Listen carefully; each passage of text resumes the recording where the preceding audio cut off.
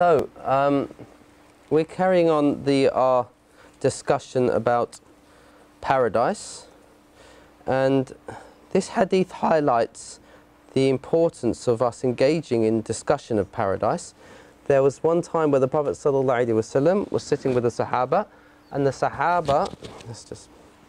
Sahaba complained about that when they went home, they said, "O Messenger of Allah, when we're in your presence, our hearts become soft and we feel as if we're the people of the next life."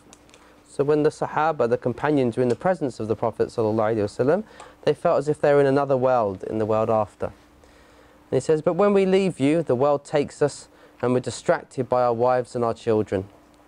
He replied, the Prophet ﷺ, "You know what, if you were to remain in this state that you are upon with me," so if you felt this state constantly, that you were as if you were the people of the next life, he said the angels would come down and shake you by the hands and visit you in your homes.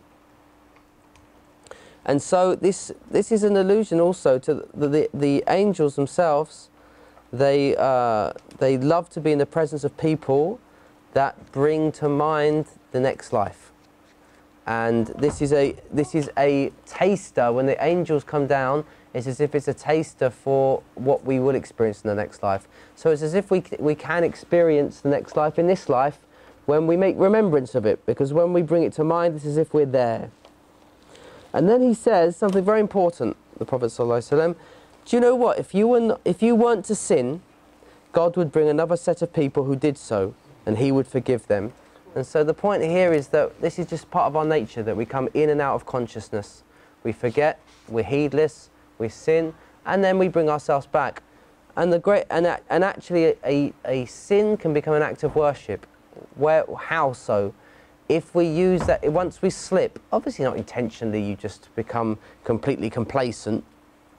But if you do fall short, what do? You follow it up with a good deed, and Allah raises it. Okay? And you use that sin as a means to remind yourself of your flaws and of your need for Allah subhanahu wa ta'ala's mercy. And then, so you turn to what you use that sin to remind yourself of that, and then to draw closer to Him. And so, if we were never to sin, we would end up becoming conceited and think that we actually deserve something. But the sin's there as a mercy to remind us and just bring us back to reality that we are dependent upon Allah subhanahu wa ta'ala, and that our actions are no means to gain us anything, rather they're a manifestation of Allah's mercy.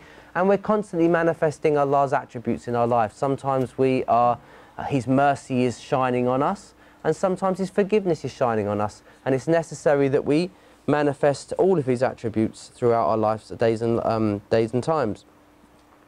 And then, interestingly, the next part of the hadith, the Prophet ﷺ, the Sahaba say to the Prophet ﷺ, "O Messenger of Allah, tell us about the garden." So instantly they want to basically come back into the presence of feeling like the people of Akhirah. And how do they do that? By reminding themselves and by recollecting the garden.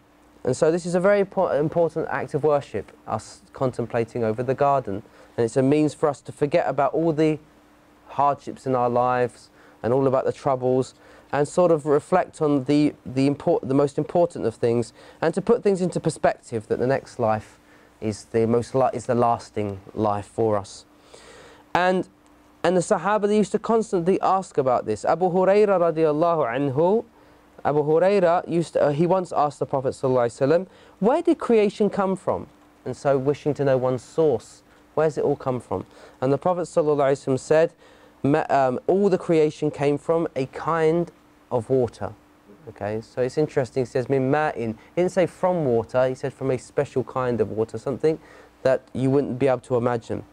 And then he asked, then he takes it to the next stage, he says, and what are the buildings of paradise made from? So he goes from source to where we're going. He says, do you know its bricks are from gold and silver, and its mortar, i.e. what fills in between the bricks, he said, is made from the finest musk.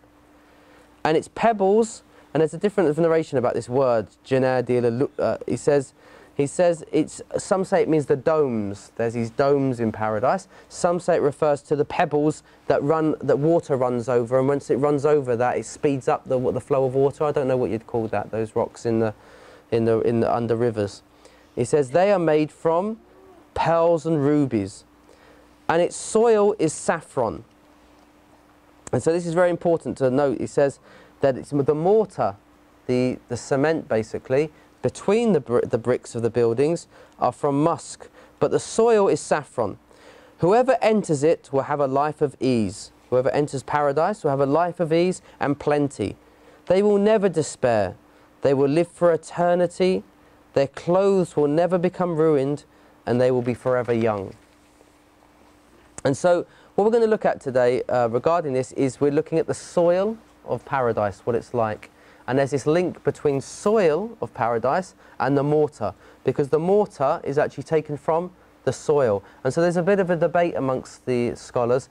What's the soil of paradise made from? Some say it's made from saffron, some say it's made from musk. Some say no, what happens is how do you make mortar? You take soil and you take water. And so they say the water, which is the salsabil, which the people of paradise drink from, it's scented with musk. And so the musk is mixed with the soil that's made from saffron, and then it's made into mortar, and then the buildings are made from that. So they conjoin between these two opinions. He said, and the name of paradise we're going to look at today is Firdaus. Firdaus is actually a Persian word originally, and then it entered into the European languages. And its original meaning for paradise is to be a tended garden that's walled around. Basically, it's surrounded, and it's full of wholesome things. It's wide and expansive, it's surrounded, and it's tended to. So it's not just a garden left unattended, it's been taken care of. He said, and we know about paradise, it's the middle of the garden, but it's the highest point as well. And the Prophet ﷺ said, if you're going to ask for anything, then ask for Jannatul Firdaus. And so Firdaus is the centre. It's interesting, the scholars differ. It seems like some of them suggest that Firdaus, because it's about surrounding walls, paradise, that there's actually another garden inside of that. And the Prophet ﷺ mentions that there's 8 walls of paradise, and between each wall are 2 gardens. And so some of the scholars said that the actual centre of Firdaus is called Aden, which is we call in English Eden. And Aden in Arabic means permanent, so it never changes, basically. That's the meaning of Eden. And we talked about that paradise is very strange because the highest point is the largest gardens. And so paradise is almost like a pyramid put upside down, because the centre of the paradise is like a mountain, a hilltop, and then but the top of it is the largest part of it. So it expands out like that, if you can imagine it, which is very strange to conceive. But as I said, in the paradise, there are laws that are beyond the laws of this world. He said, some say Aden is the garden within paradise itself, and it's the garden in which the messengers are in, and then the martyrs, and then the Siddiqeen, i.e. the ones who are the champions of truth, and who are the most genuine of the believers. And in Firdaus itself, there are 4 gardens. In those gardens, there's 4 gardens. And some are of the opinion that there are 2 gardens in paradise. The highest gardens in Firdaus are gold, made of gold. And then the lower 2 gardens are made of silver. And some say, like, because obviously the hadith of Abu Hurairah, he speaks about that the bricks are made of gold and silver. Some scholars say each building is made of gold and silver. Others say no. There are 4 gardens of Firdaus. 2 of them are made of gold and all the utensils and everything in it. And then the lower 2 gardens that's in Firdaus are made of silver and all the utensils and everything in it. In fact, some of them say the actual surface of the garden underneath the soil is of gold in those gardens that are made of gold. And the ones that are lower are made of silver. And interesting as well, some other facts about the garden. There will be gardens. There'll be different gardens selected. There's gardens for those who did not have faith, but did not receive the message. So Ahlul Fatra, those people who never received the message of Islam, or they have a garden specifically for themselves. Okay, and so these are gardens specifically for those people who never received the message of Islam. Then there will be gardens for the children who had never had the opportunity to confirm their faith into their adulthood. They never reached puberty. So they will have specific gardens for themselves as well, the children. So those children that passed away, if they pass away before adulthood, they will have specific gardens especially for themselves.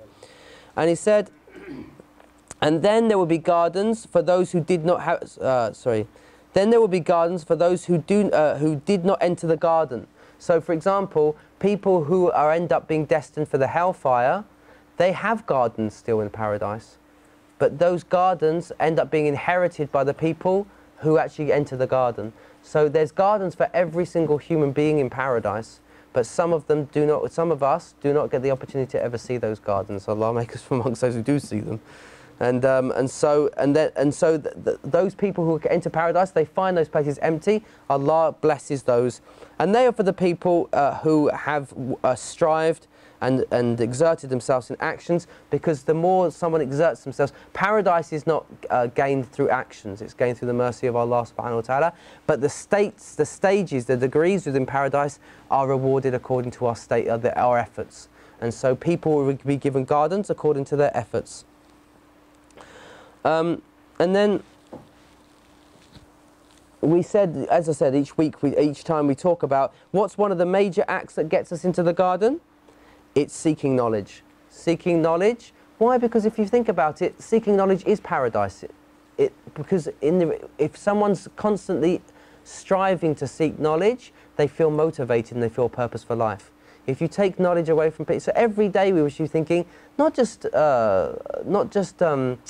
prescribed academic knowledge of Islam, but rather just wanting to learn more about life experience. That gives us purpose. And so it's as if Allah, as we know, the Prophet ﷺ said, whoever goes out seeking knowledge, Allah facilitates him a path to paradise. And so someone actually feels that in their life as they're seeking knowledge and they're learning more, they feel more purpose for life, and the layers are peeled off about the reality of life to them each day as they grow in their knowledge.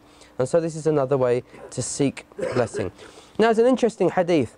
The Jews of Medina, some of them used to taunt the believers, and they used to say to them, they used to throw questions at them to test their knowledge.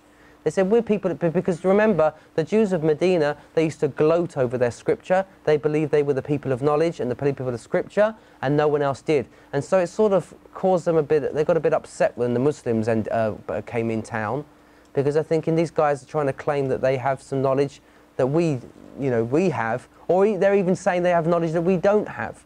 And so the Jews, they used to love to go round to the Muslims and start sort of tease them and ask them questions. And one time they came up to them and they said, how many angels are there in the hellfire? And they got stumped, the Sahaba, they didn't know. And so someone ran back to the Prophet ﷺ and said, the Jews, he says, your companions have been basically beaten. He says, what are you talking about? He says, the Jews are asking them, how many are the angels of the hellfire? The Prophet ﷺ, right, I'm going to come and sort them out now. So there he goes, he heads towards the Jews, and he says, what's these questions you're asking my companions? And he says, we asked them, how many angels are there of the hellfire? Remember, the Jews were really into their academic knowledge as well. They loved these little facts, little pop quizzes. And so, but they never really used to act upon them. So it's, and the Prophet ﷺ, he didn't even tell them, he just indicated with his hand, he gestured. It says he put his hand down like that, basically, which indicates, how many are they? Pop quiz. Go on. How many? No? You put your hand up. How many are they? 4, more than that. Huh? 19. Yeah? It's in the Quran, in Surah Muzammil, I think it is, or Mudaththir, one of them. Alayha tis'ata ashar. Yeah, 19. And then the Prophet ﷺ said, right, I'm coming with a question for you guys now. So he said, what's the soil of paradise made? So we can see that this is really important, that the people of Scripture, they felt that and it's true, that they felt that they have a more right, their religion has more truth than any other religion because they have more details about the next life. And that's one of the proofs of Islam, of its truth, is that the proofs that it's true is that no other religion has more details about the next life. And if you want to know where you're going, You know, if you know you're going somewhere, you need to have some details about it. If we talk about paradise and we claim that we want to go to paradise, you know, you need to be motivated to go there. And so what do we know about it? And so the Jews were, basically there'd be this back and forth with the Muslims about the details, and the Prophet ﷺ knew things. So he threw a question, he said, what's the soil of paradise made from? And the Jews said, Abu Qasim, because this was his name he was known by, he says it's made of bread. He said it's made of darmaka, and darmaka is the finest flour, basically. And it doesn't mean that it's from the soil is flour, like bread flour. Rather, it means it's like that. So if you can think of the most finest sort of flour, when you put your hand through it, it just basically well, what's the word? Sieved. And it has a yellow tint to it. Do you have? I think we have flour, don't like that. Really high quality. It's got like a yellow tint, and that's because it's made of saffron, and its scent is made of musk. What do you call that in Punjabi? Is there a name for it? That sort of flour, top grade. Yeah. Is it just called elephant flour? What's that company called? Yeah, yeah. So notice the Jews had a knowledge, but they didn't have true knowledge. They said bread. And the truth was it was from flour. And so they had one element of the truth, but it wasn't the actual, it in detail. And it's interesting that the Prophet ﷺ, when he used to engage with Ibn Sayyad, do you know who Ibn Sayyad was? Ibn Sayyad was a young Jewish boy who they thought was the Masih ad-Dajjal. They would go and test him in Medina. And the Prophet ﷺ asked him this question as well. What is it? And he actually came up with the answer. He said, Darmaka. So it showed that he had a jinn with him, basically. Ibn Sayyad, he was able to gain information. And as I said, the Jew, when the Prophet ﷺ first came to Medina, Abdullah ibn Salam, who was one of the chief rabbis of Medina, he came to the Prophet ﷺ and asked him questions. And of those questions he asked him, the Jews were this was very common for them to ask him questions, and he wanted to verify, is he a prophet of truth or not? So he asked him some questions, 3 questions. Do you know what the first question was? No? What's the first thing that the people of paradise will eat? Okay, and when I say this, I can imagine all the kids go, ah! Okay. Do you know what the first thing we're going to eat in paradise? It's the liver of a fish. Okay. Now, thank God for Pakistanis, because at least they put a bit of turka on the liver. Okay. My mother used to give me liver when I was a kid, and I hated it. It was English people. They just have dry liver.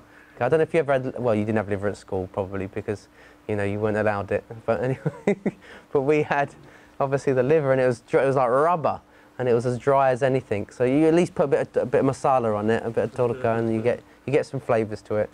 But it's not just any liver, it's the actual meat around the liver. And it says hoot, and hoot is an ambiguous word because some say it's a fish, others say it's a whale. But a hoot can refer to a small fish or an incredibly large fish. But it says that the people of paradise would dine on it for 70,000 of it. 70,000 people can dine on it. Okay.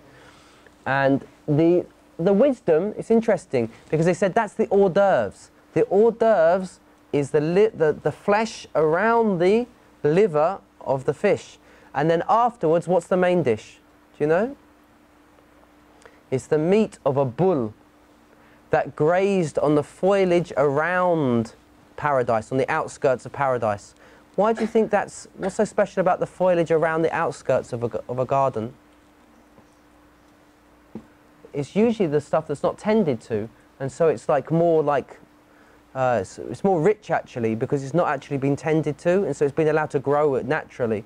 And so it grazed on that area, and we know the best meat to eat is not corn-fed, is it?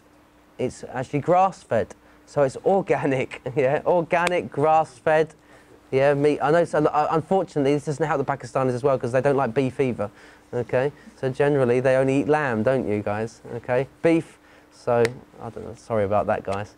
Okay, but you enjoy it anyway, I'm sure. Now, the scholars, it's very interesting about this. What's the meanings, what's the symbols behind these? And Alusi, who's a famous Iraqi scholar, he says that it's an illusion because our source comes from water.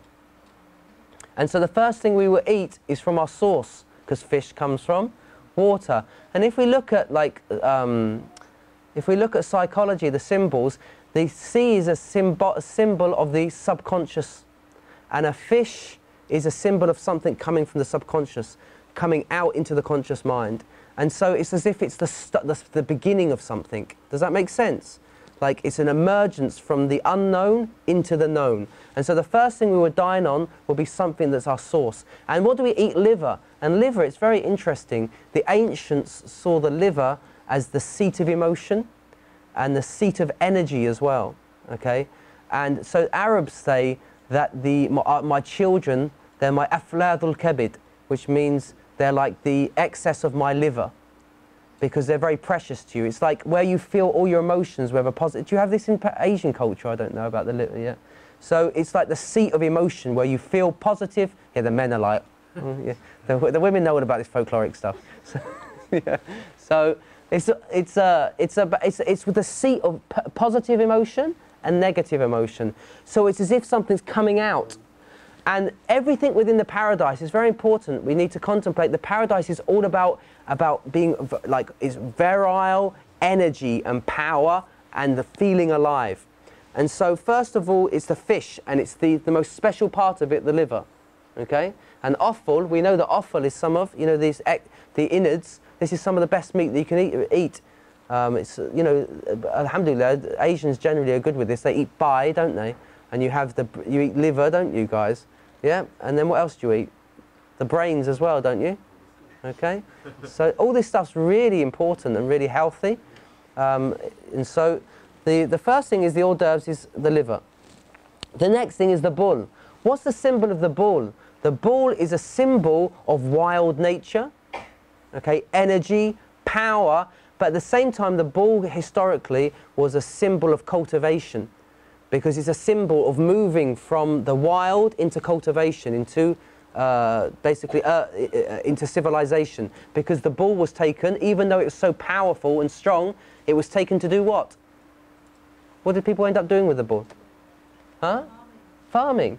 Okay? And so it's a symbol, the bull, of taking that raw energy and then refining it.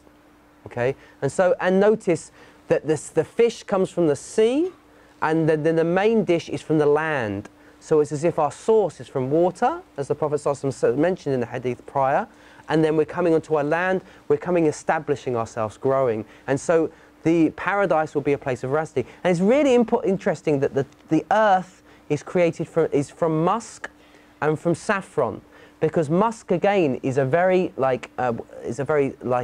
smell of musk comes from the glands of a deer. And it has again, musk was used traditionally to soothe people. If they had aches and pains, musk was used to soothe the person. But not just that, it has this sort of other complementary power to it, musk, in that it makes you very virile. It's an aphrodisiac, basically, musk. And it makes you very strong and powerful as well. So it has this calming quality and also power. And that's what paradise is all about. It's relaxation, but you enjoy the pleasures of the world as well. Okay? And saffron's the same thing. Saffron was used as an aphrodisiac. It's related that Cleopatra, she used to actually bathe in a bath of saffron before she met any dignitaries from abroad, so she would basically be able to seduce the men's minds, and they would basically listen to her. So this is the power of the feminine, okay? And so just walk into them and turn them to mush. And so that's one of the qualities of paradise as well. It's about this enjoying the pleasures of the world, feeling relaxed, but at the same time having this energy and feeling vitality about oneself. And that's one of the qualities of saffron. And saffron's actually used as a scent as well. As I said, it's got a scent about it, and it's a very spicy scent to it. And obviously we know that saffron is it's the gold of, what do they call it? I think I've written it here somewhere. Saffron is the best saffron is from Iran, actually. Iran produces the highest quality and the most of saffron. Saffron stimulates cell growth, which is really interesting. It actually prevents, what's the word? It prevents degenerative diseases. So it basically makes you feel even more alive. It builds up your cells. And so that's very relevant for paradise as well. It stimulates vitality and hormones and makes you feel warmth. And it's called the king of spices, and they called it the red gold, because it's the most expensive spice you can You buy it. And the Muslims actually, then they spread it, and it spread into Spain, and Spain's one of the biggest consumers now in the world of saffron. Yeah, and also what's interesting about saffron is it actually calms mental illness. It addresses psychosis and all these problems as well. It actually settles the mind because it's a relaxant. And so we can see the relevance now of this in paradise. And so that was one of the first questions they asked. What was the other question they asked? Yes, sorry. Before that, he asked him, what's the first sign of the hour coming? Abdullah ibn Salam asked the Prophet ﷺ, what's the first thing to come, of the last signs of the hour, basically? And he said it will be a fire that comes from the east and pushes people to the west. I.e., we know that this fire comes up from Yemen and up from the east and draws people to where? Do you know at the end of time? To Jerusalem. Yeah, actually people will gather at the Temple Mount, basically, where Masjid al-Aqsa is. That's not only the last gathering place, that's where we'll be resurrected as well. Okay, there's a lot of misconceptions. People think actually people resurrected at Arafat. That's a misconception. It's wrong. Okay, some say that Arafat was where the souls were gathered and they were testified before Allah. Allah knows best. And they said, am I not your Lord? There are other narrations that say that Adam and Eve reunited at Arafat. That's what we know about Arafat. But in terms of the gathering place, it's not the gathering place. Yeah. Yes? Like the rapture. Sorry? Like the rapture, like similar to the rapture. Sorry, what do you mean by the rapture? Like a lot of people in the West, like Christians believe that something's going to happen around Syria. Yes.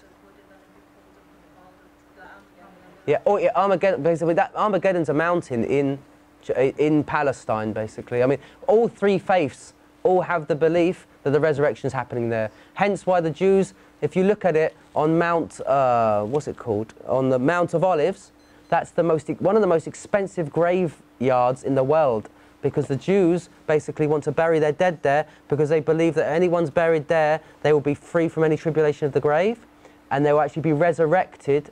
And they won't be. I think they have a belief that they won't be even questioned. Okay, and so it's very significant, that whole area. Even the Christians. There's a Christian graveyard. There's a Muslim graveyard. There's a Jewish graveyard. They believe that the Christians believe that Jesus, when he comes back, he will actually enter the Golden Gate, and it's been sealed. So that, and there was a reason it was sealed. The Jews and Christians believe the Muslims sealed it because they didn't want Jesus to enter. Which is, you know, that some Christians spew this, but it's basis. Even the most rigorous Christian scholars don't accept that. It was actually blocked because it's so Salah ad-Din Ayyubi or Suleiman, the Ottoman Sultan, he actually sealed it so that no one could attack the city because it was that wall was open to attack, and so that was the wisdom behind that. Does that answer your question? Yeah. And so he said, so these were some of the questions that. And then Abdullah ibn Salam accepted Islam. And then there's a famous narration where the Prophet ﷺ, he said to the Prophet, I'm going to go, take me to my people and then ask them what you say about Abdullah ibn Salam, if you're familiar with this. And the Prophet ﷺ asked the Jews, what do you say about Abdullah ibn Salam? And he says, he's the best of us. And then Abdullah ibn Salam came out, and what did he do? He said, Ashhadu an la ilaha illallah wa ashhadu anna Muhammadur Rasulullah. He said, he's the worst of us. Yeah, straight away, yeah. So. Do you know what's really interesting as well? In Surah in Surah Mulk, Allah says, فَامْشُوا فِي مَنَاكِبِهَا وَكُلُوا مِنْ رِزْقِهِ. He says, walk in the earth. But it says, walk in its manakib. Manakib literally means shoulders. And so the earth itself is likened to a bull. As if you know, the mountains and stuff is like the shoulder blades and the valleys of the earth are like a bull. We're walking on the back of a bull, and the symbolism there is to be cautious, have respect for the earth, because you think you're in power of it. You know, when you're on that bull, you've got the bull and you've got those instruments to tillage the earth, but any minute that bull could do what? It could kill you, okay? And so it's an idea to have respect for it, the earth. Because if you don't respect the earth, it will come up against you. And so they even say, tread carefully on the earth, have respect for the earth. And so we have, for example, when Luqman gives advice to his son, وَقْصِدْ مِن مَشْيِكَ, like be moderate in your walking. Okay, and we even know that traditionally, it's so fascinating, I looked up in the sign, do you know traditionally, we never used to walk on our heels, we used to walk on the balls of our feet. because shoe wear, until the 15th, I think it's 14th or 15th century, they changed the style of footwear, whereby they had a hardened sole. Before, people used to walk on like moccasins. Their shoe wear was more like, like khuf. Basically it was like khuf. And we now see that like these footwear, like Nike Free, and is it Vibron or something? The ones that look like toes. Have you seen those running shoes? Is it Vibron, is it called? I can't. They're basically trying to enact, because it's actually more, because if you're walking barefoot, you don't walk like this. And it's actually really bad for your posture to walk like this. But if you have normal footwear, that's how you walk. But if you don't have footwear, you actually walk first on your balls of your feet. Because they said traditionally you'd be cautious about where you're stepping, because you're going to get something go through your foot if you're not careful. And so, and it was much more graceful. If you look at like martial arts and stuff like this, and you look at old fencing imagery, they said they're all like stepping on the front of their foot. And so this is idea, and the Prophet ﷺ, he was said to walk as if he's walking forward, because when you walk on the balls of your foot, you naturally incline forward as if you're walking, and so it's far more graceful. And so it's really interesting, this, when we're actually walking, you have to be conscious as if we're on a beast and respect for it. Okay, so these are very, very interesting. And then, let me see, have I finished everything? Yep, we're finished. And so next time, inshallah, we will look at the rivers of paradise, inshallah. So that's the soil.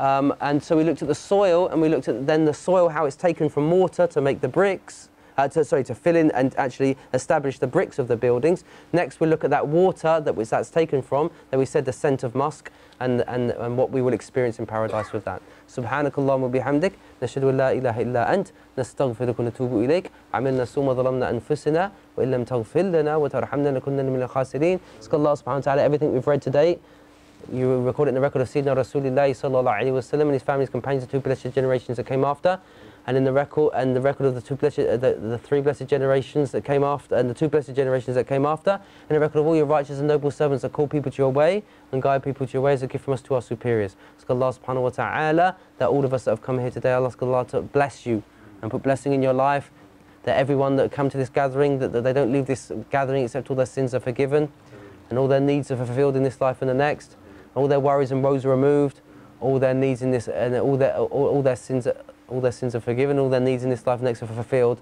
and all their debts are cleared. Ask Allah subhanahu wa ta'ala, if there's anyone in this gathering that has a need, Allah fulfill that need for them. If there's anyone who's sick, Allah give them the quick and speedy recovery and bring them back to sound health, or any amongst our loved ones and family members. Ask Allah subhanahu wa ta'ala that if anyone's around the world suffering, Allah alleviate their suffering. If anyone's calling upon you in prayer, Allah answer their prayers. If anyone's lost any loved ones, you replace their sorrow with happiness and joy. Ask Allah subhanahu wa ta'ala, you enable us to experience the true vitality of life. Ask Allah, its positives and its negative experiences, we're able to embrace them all and accept them. Ask Allah subhanahu wa ta'ala, so we'll be truly open to experience life. Ask Allah subhanahu wa ta'ala, give us enable to achieve our full potential.